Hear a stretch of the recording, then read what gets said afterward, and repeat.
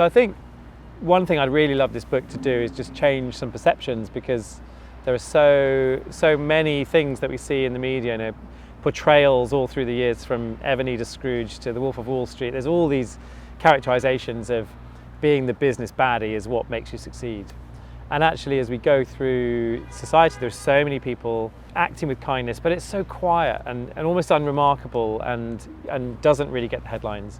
And so I think if we can shine a light on that, start to open up a conversation that actually the behaviors that mean you succeed as an individual or as an organization are the ones where you are kinder, the ones where you do act with more empathy, the ones where you do really think and care for other people.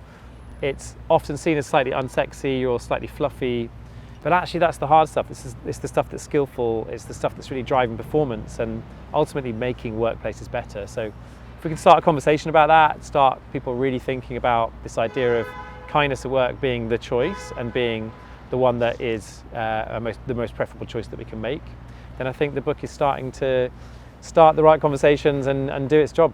So the book, it's got some personal stories in it. There's lots of my own experiences from my own career as a manager and a leader and a team member. We start with quite a lot of the research around just making the case for why kindness is the best choice, why kinder cultures succeed. Loads of data that backs that up. I'll talk about the 3 myths of kindness, so really challenging some of the assumptions that we have around why the business bastard succeeds and kinder people don't. Really challenging some of those assumptions.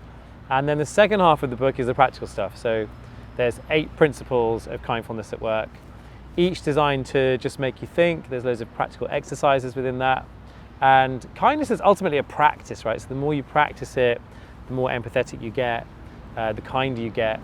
And it's a practice that we can get better at every day. So those 8 principles at the end are really about just giving people some of the tools, giving them the ideas, giving them some questions to reflect on, just to help to up their game in terms of how do we spread more kindness, how do we get more kindness, and how do we use that to drive performance and make organizations better places to be.